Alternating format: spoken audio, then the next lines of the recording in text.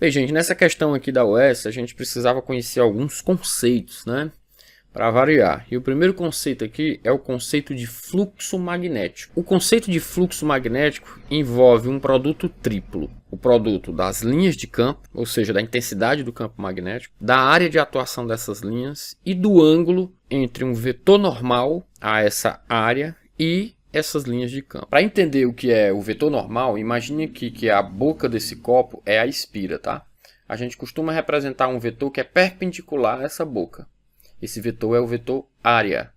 Tá? Apesar da palavra área, ele é um vetor normal à área que a representa. Quanto maior a intensidade dele, ou seja, quanto maior o tamanho da área, maior a intensidade desse vetor. Agora imagine que está chovendo e você quer parar uma chuva aqui. Ó. As linhas de campo são a direção da chuva. Se você alinhar essa chuva com essa caneta, aí esse copo vai aparar mais chuva. Ou seja, o fluxo de chuva vai aumentar. E se essa chuva cair assim, ó, tangenciando a boca do copo, aí você não apara chuva nenhuma. Ou seja, quando o ângulo é 90 graus, o cosseno de 90 não é zero, né? Então esse cosseno ele serve para você ter ideia de quando você vai gerar esse fluxo para ser máximo ou para ser mínimo. Ou seja, para variar esse fluxo, eu posso variar qualquer uma dessas três grandezas. Outro conceito importante é o conceito de força eletromotriz induzida. O que ela é? Ela é uma DDP que pode ser gerada se você conseguir variar esse fluxo no intervalo de tempo. Ou seja, se eu variar o fluxo, seja por uma, duas ou três grandezas ao mesmo tempo, não importa a quantidade, eu posso ter uma DDP induzida. Então essa questão é uma questão que envolvia muitos conceitos do eletromagnetismo, tá, gente? Se você não sabe eletromagnetismo, eu vou deixar um card aqui, ó, de uma aula completa, na verdade de 3 aulas, de uma playlist para você assistir todo o Eletromag, do começo ao fim, que está livre aqui no meu canal para você, tá? Bem, conhecendo aí esses dois conceitos, o desenho da questão, né? O que é que a questão sugeria? Existe aqui um plano XY, e nesse plano XY você vai fazer uma corrente fluir no sentido sul-norte, né? Como a UES pediu na questão, né? O que acontece? Usando a regrinha da mão direita, olha para cá para a câmera, ó. Usando a regrinha da mão direita, faz aquele negócio assim, né? Ó, olhando para a tua tela, ó. Polegar, do lado direito do fio o campo entra e do lado esquerdo do fio o campo sai, né? Ou seja, você também está usando a regra da mão direita para entender bem a questão. Usando a regrinha da mão direita, o que é que nós vamos ter? Desse lado aqui, ó, o campo entra e desse lado aqui o campo sai. Lembrem que isso aqui são vetores campo magnético, né? Ó. Então aqui é um vetorzinho campo magnético entrando e aqui é um vetorzinho campo magnético saindo, tá certo? Tudo bem aí? Tudo bem, vamos lá. Aí aqui, ó, esse fio é um fio infinito e esse fio tem uma fórmulazinha para você calcular campo nas cercanias dele, né? O que você acha? Quanto mais próximo você está de um fogão, mais quente, não é, né? A sensação térmica. Campo é do mesmo jeito, gente, ó. Quanto mais próximo você está desse fio aqui, o módulo desse campo é calculado pela permeabilidade magnética, pela corrente que percorre o fio, dividido por 2π vezes R. O que é R? R é a distância do fio até um ponto no espaço, tá? Essa distânciazinha aqui, ó, tá? Entre o centro do fio e um pontinho aí do espaço. Tá aqui o centro do fio e o ponto do espaço. Isso aí é a distância. Moral da história, se isso aí é a distância, meu jovem, quanto mais distante do fio, menos intenso é o campo. Quanto mais próximo do fio, mais intenso é o campo. Porque o B e o R, como você pode ver, são inversamente proporcionais, né? Ó. Ou seja, voltando aqui para você ver direitinho, né? Eu vou apagar aqui esses vetor campo, que a gente não vai mais precisar deles não. Era só para você lembrar que isso aqui significa campo, certo? Muito bem. Aí o que eu vou ter aqui, ó? Se o campo é menor, quanto maior é a distância, nas setinhas azuis, tá vendo? O inverso valendo. O campo vai ser maior quanto menor é a distância, tá? Então essa distância ela influencia qual das variáveis? A variável B, né? Lá do fluxo magnético, tá?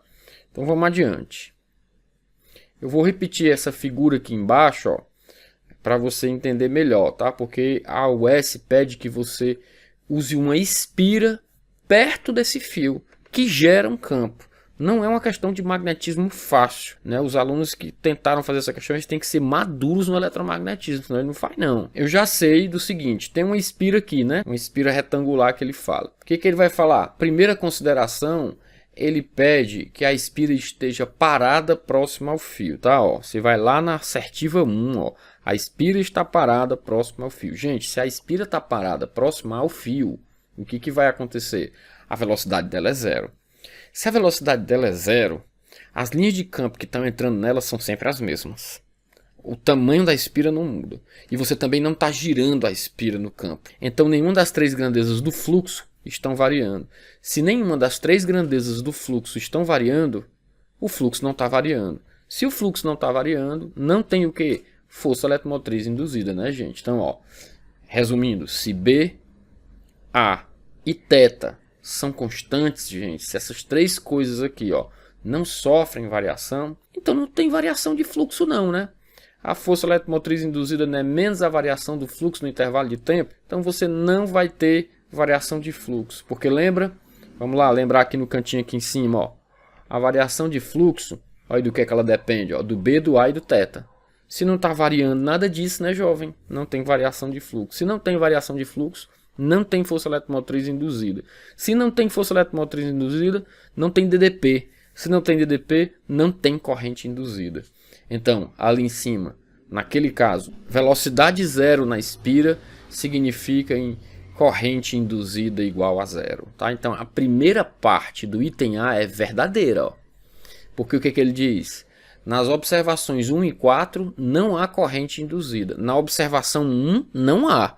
Agora a gente tem que testar a observação 4. A gente não sabe ainda, tá? Então vamos ver a observação 4. O que ela diz? A observação 4 é essa aqui, ó. A espira se desloca em movimento retilíneo uniforme, no sentido sul-norte.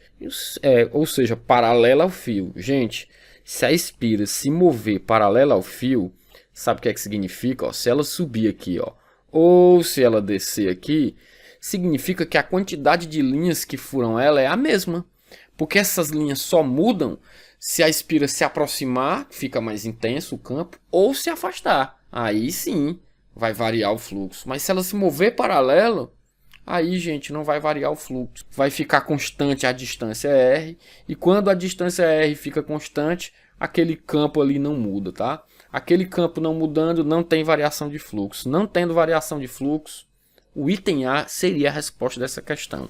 Confesso para mim, é uma questão fácil? Não é. Precisa estudar o magnetismo e compreender ele, o eletromagnetismo, né? E compreender ele muito bem, gente. Senão você vai ficar assim inseguro em marcar um item, né? Olha o que ele diz na B. Na B ele diz o seguinte, ó. Olhe para a afirmação 2. A espira aproxima-se e a afirmação 3. A espira afasta-se do fio. Gente, se a espira se aproxima do fio, mais linhas vão furar ela. Se ela se afasta do fio, menos linhas vão furar ela, porque a intensidade do campo tem ligação com o número de linhas, né? Então tá havendo uma variação de B. Se houver uma variação de B, vamos aqui em cima de novo. Se houver uma variação de B, tem uma variação de fluxo. E se houver uma variação de fluxo, vai haver uma força eletromotriz induzida, né? Havendo uma força eletromotriz induzida, haverá uma corrente induzida. O que ele diz no B? Na alternativa B, ele diz que nas observações 2 e 3, as correntes induzidas na espira possuem o mesmo sentido. Possui não, gente, tá? Assiste a minha aula de magnetismo que você vai ver. Tem aquela história, né, de aproximar o ímã do espira, aí a corrente fica no sentido. Afastar o ímã do espira, a corrente muda de sentido. É a mesma coisa, tá? Ó. Então tá aqui a espira se aproximando ou se afastando, né? Ó, aí ela vai causar variação do fluxo, tá? Para você entender melhor aí, ó. Se a espira se aproximar, o número de linhas que furam a espira aumenta, né? Aí a corrente induzida ela vai tentar se opor a isso, ela vai gerar um campo que diminua isso. Seria o sentido dessa seta preta, tá?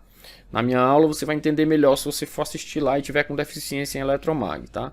Se você afastar a espira, a corrente induzida troca de sentido. Ah, ó. Olha só, então o item é falso. Elas não possuem o mesmo sentido, né? Ó, tá dizendo que possui o mesmo sentido, isso é falso.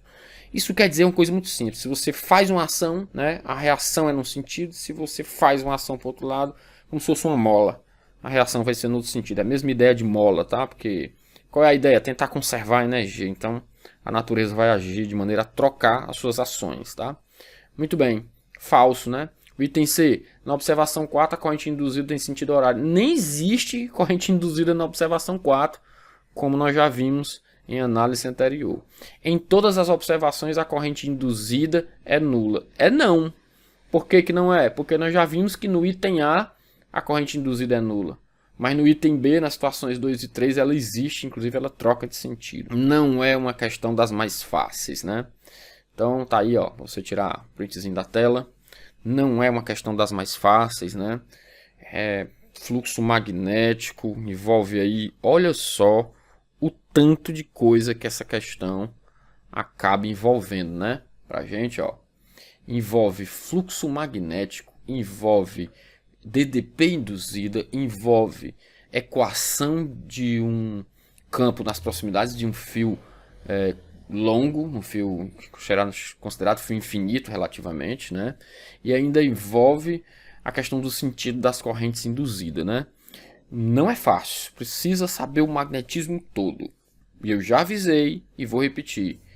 Pega esse cardzinho aqui, ó, e assiste toda a teoria de eletromag, tá? E aí tu vai ficar bom nesse negócio, vai inclusive te ajudar a entender melhor o que eu fiz aqui, tá bom?